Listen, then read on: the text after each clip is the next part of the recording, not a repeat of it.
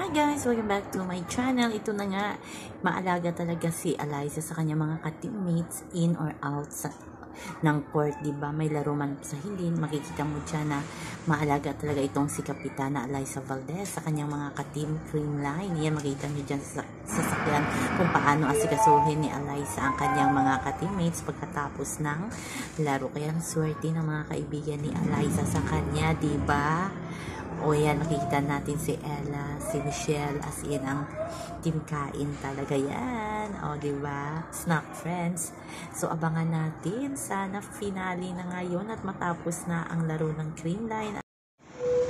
Lalo na sa kanyang mga fans. Grabe kung magmahal si Alyssa at mag-appreciate kahit kunting bagay lang binibigay ng kanyang mga fans. Napaka-appreciative talaga nitong si Alyssa Valdez. So yan lang po guys ang ating update sa ngayon. Hanggang sa muli.